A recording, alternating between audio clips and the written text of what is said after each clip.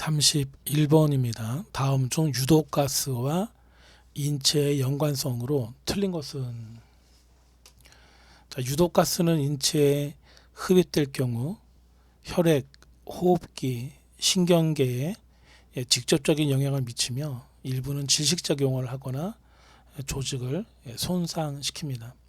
자, 1번에 이산화탄소 그 다음에 헤모글로빈과 결합하여 산소를 방해한다 이렇게 되어 있죠.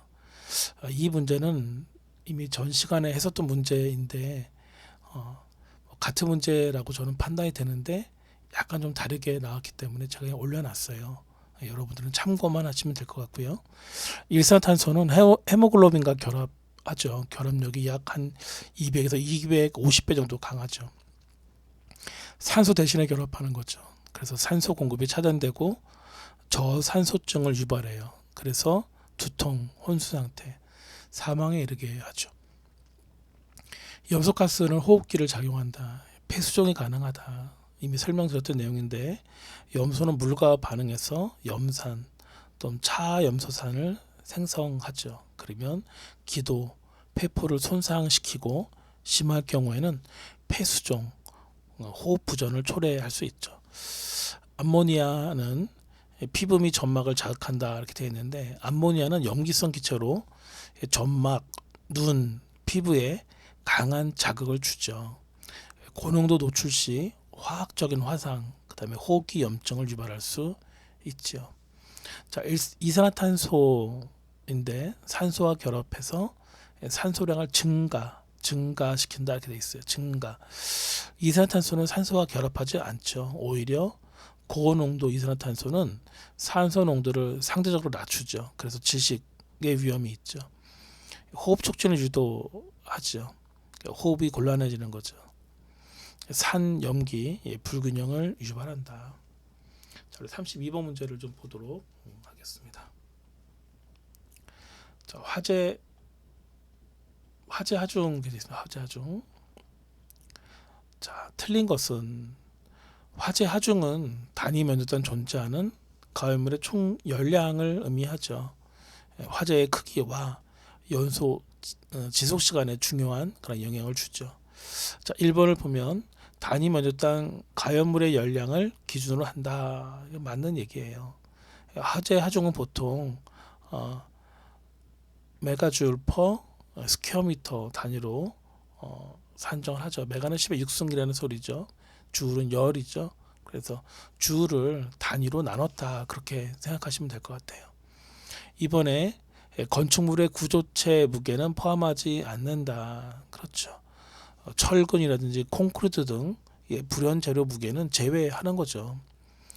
자, 3번에 화재 하중이 높을수록 연소 시간이 짧다. 자, 오히려 화재 하중이 높으면 연소할 가열물이 많아 연소 시간이 탈 게 많으니까 연소 시간이 길어지고 화재가 더 커지고 오랫동안 지속이 되는 거죠. 짧아진다가 아니죠. 틀린 거예요. 그래서 자, 4번에 실내 가열물의 종류와 양에 따라 화재 하중이 달라진다. 자, 목재, 플라스틱 등 종류의 이런 종류와 또는 이것의 양에 따라 총 열량이 당연히 달라지게 되죠. 33번 문제입니다. 자, 물리적 작용에 의한 소화가 아닌 것은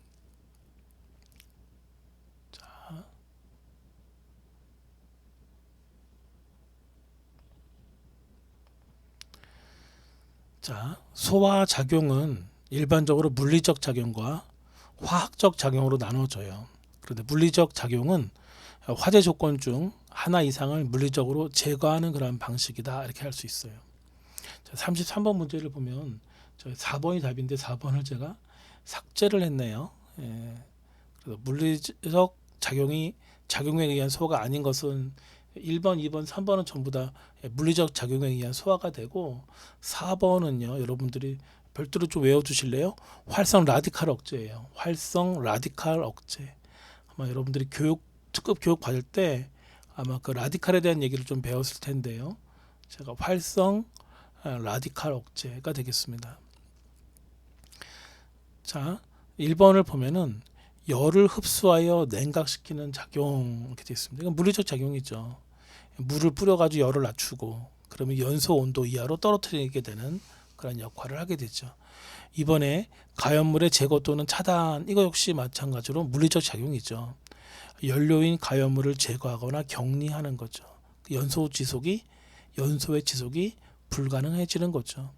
3번에 보면 산소 공급을 차단한다. 물리적 작용이죠. 포라든지 이산화탄소 등을 이용해서 산소의 접촉을 차단. 역시 물리적 작용. 4번 제가 삭제했지만 활성 라디칼 억제라고 말씀드렸죠. 이것은 화학 작용이에요.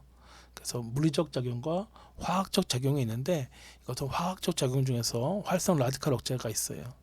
자, 소화약제가 연소 반응에서 발생하는 활성 라디칼을 중화하거나 반응을 억제하는 거죠. 예를 든다면 할론 소화약제가 라디칼을 억제하는 거죠. 그러면 어떻게 되냐고요? 연소가 중단되는 거죠. 34번 문제를 그림의 화재 성장 속도 순서에 맞게 답하시오. 가나다라예요. 자, 훈소 소뭉치 꾸러미, 그다음에 두꺼운 매트리스, 천을 씌운 가구, 얇은 물체, 플라스틱 이렇게 되어 있는데 화재 성장 속도는 가나다라 이렇게 됩니다. 이 화재 성장 속도는 가연물의 특성, 두께, 표면적, 밀도, 산소, 접촉면 등에 따라 달라지죠. 일반적으로 표면적이 넓고 얇은 물체일수록 빨리 연소하지요. 가번에 보니까 훈소 송뭉치 꾸러미 되어 있는데 이것은 가연성이 낮고 천천히 타는 그런 특성이 있고 연소보다는 훈소가 됐죠. 가장 느린 화재 성장 속도라고 말할 수 있어요. 그러니까 무조건 가번이 첫 번째 나와야 되는 거예요. 속도를 말하고 있으니까. 나번에 두꺼운 매트리스 있는데 연소 표면은 넓지만 두꺼운 구조로 인해 산소 접근이 제한되죠. 그래서 화재의 성장 속도는 느리다. 자, 다번에 보면은 천을 씌운 가구가 있는데 겉면에 가연성 천이 있어서 표면 연소는 빠르죠. 내부는 덜 타더라도 표면 화재 확산이 빠르죠. 얇은 물체 그랬어요. 얇고 표면적이 넓고 플라스틱은 고발열 물질이죠. 화재 성장 속도가 가장 빠르죠. 그래서 정리를 하자면 느린 순서라 그랬으니까 손문치 훈소, 두꺼운 매트리스, 천을 씌운 가구, 얇은 플라스틱, 그래서 가나다라가 답이 되겠습니다. 35번 다음 중 박스 안에 다중 보기와 보기에서 해당 주제와 관계가 없는 것은 소방대장 지정, 위험물 운송, 소방계획서 작성, 피난훈련 시행. 이게 무슨 뜻일까요, 여러분들? 여러분들 이 문제 풀 때 무슨 말 이해되셨어요? 이 문제는 소방안전관리자의 업무 또는 소방안전관리와 관련된 항목을 고르고 관련 없는 항목을 찾는 거죠. 자, 소방대장 지정, 화재 발생 시 현장 지휘자를 지정하는 것은 소방안전관리 체제의 일부로 소방안전관리자와 밀접한 관련이 있지요. 자, 나번에 위험물 운송, 이는 운송업체, 운전자의 책임 영역에 해당되며 소방안전관리자의 주 업무와는 무관하죠. 그게 답이에요. 물론 위험물 안전관리 일반 규정에 관련된 교육은 할 수 있으나 위험물 운송 자체는 소방안전관리자의 직접 업무는 아니라는 거죠. 답은 그래서 나번이 되고요. 다번에 소방계획서 작성이 있는데 소방안전관리자의 법정 의무 중 하나이며 매우 중요한 업무이지요. 라번에 피난훈련 시행이 있는데 자유소방대 훈련 및 피난훈련 지도는 소방안전관리자의 중요한 역할이 되죠. 36번입니다. 36번 다음 조건에서 마찰계수 F를 계산하는 공식에 적용이 틀린 것은 이렇게 되어 있습니다. 제가 마킹을 좀 안 했네요. 관의 길이가 랭스 300m, 지름이 200mm, 동력이 20kW, 유량이 0.1 큐빅미터 퍼 세크, 중력 가속도는 9.8 미터 퍼 세크 제곱 이렇게 돼 있어요. 틀린 것은 여러분 문제는요. 마찰 계수와 관련된 수도 공식 그리고 조건의 물리적 해석 중에서 틀린 설명을 찾는 것이 되는 거죠. 2번이 틀린 거예요. 자, 손실 수두를 동력에 비례하여 산정한다. 이게 틀린 내용이 되겠습니다. 손실 수두는 유속, 그다음에 마찰 계수, 관의 길이와 지름 등에 의해서 결정이 되죠. 동력과 손실 수두는 비례 관계가 아니죠. 동력은 손실 수두를 극복하기 위해 필요한 에너지의 량과 관련이 있지만 손실 수두 자체가 직접적으로 동력에 비례하는 것은 아니다. 답은 그래서 2번이 되겠습니다. 37번이 좀 많이 어려웠다는 것 같아요. 침대 수가 100개인 경우 피난 및 소방 기준 적용 시 해당 기준 인원수는 그랬습니다. 답은 여러분들이 보이시나요?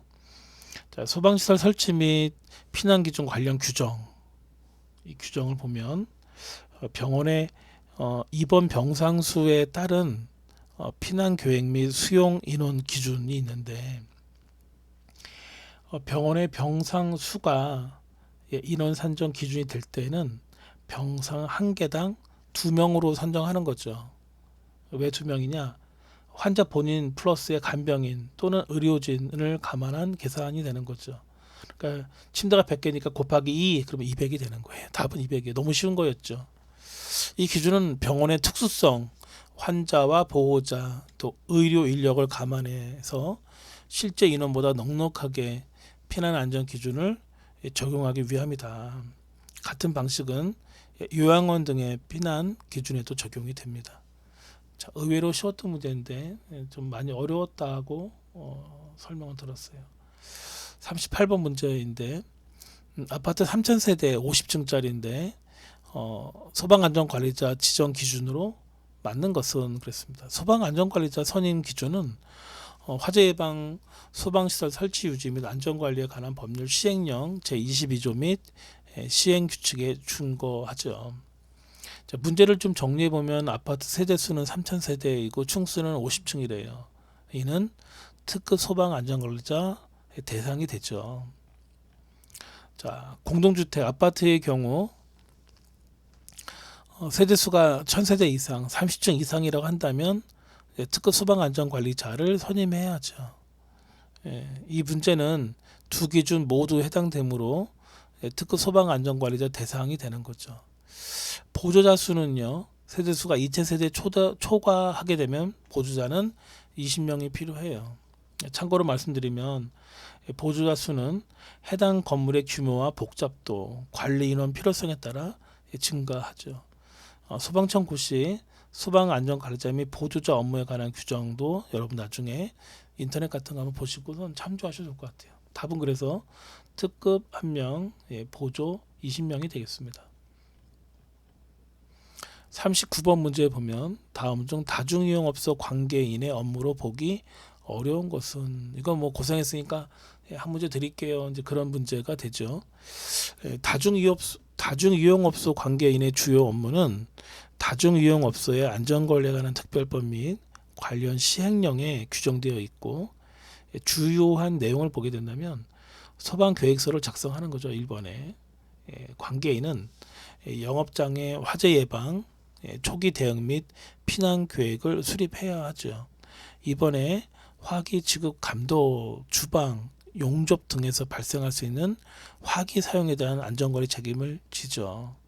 3번에 피난 훈련 실시가 되어 있습니다. 연 1회 이상 자체 피난 훈련을 실시하고 결과를 기록 보관해야 하죠. 자, 관계인의 업무가 아닌 것은 4번이에요.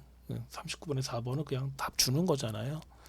이 업무는 전문 자격을 가진 소방기술자 또는 설계업 등록 업체의 업무가 되죠. 건축, 설비 변경 시 소방관소의 승인 및 협의 절차도 필요하므로 일반적인 관계인의 업무에 해당되지 않지요. 관계인은 안전관리자 책임자이며 직접 설계 시공 등 기술적인 업무를 수행할 수 없지요. 다중이용업소는 화재 시 인명피해가 클 수 있으므로 철저한 예방과 교육이 의무화되어 있습니다. 40번까지 하고 좀 쉬도록 할게요. 초고층 건축물에 대한 테러 대응책으로 적절하지 않은 것은, 이 초고층 건축물에서의 테러 상황 대응은 일반적인 화재나 재난 대응과는 달리 즉각적인 대피가 오히려 위험할 수 있습니다. 특히 폭발물, 총기, 독가스 등의 테러 위협이 있는 경우 무작정 대피하는 것이 더 큰 인명피해로 이어질 수 있습니다. 답은 그래서 3번입니다. 좀 어렵죠. 즉시 피난로를 통해 밖으로 대피한다. 좀 어려울 것 같아요. 느낌이. 자, 테러 상황에서는 상황 판단 및 지휘 체계하에 행동해야 합니다. 무작정 피난로를 통해 대피하면 폭발물에 노출되는 위험이 있죠. 그리고 대피 동선이 공격 경로일 수도 있죠. 그러면 구조를 어렵게 만들 수도 있죠. 그럼 적절한 대응이 무엇이냐? 수상한 우편물 발견 시에는 접촉을 금지하고 경찰 또는 보안 담당자에게 신고해야죠. 그리고 협박 전화를 수신했다. 그런 경우에는 내용을 기록하거나 또는 기억하거나 즉시 매뉴얼에 따라 보고 및 대응을 해야 하죠. 자, 4번에 비상방송 시스템이 있는데, 자, 건물 내에 신속한 정보 전달 및 안전 유도를 위한 필수 설비가 되겠습니다. 자, 좀 쉬었다가 41번부터 이어서 나가도록 하겠습니다.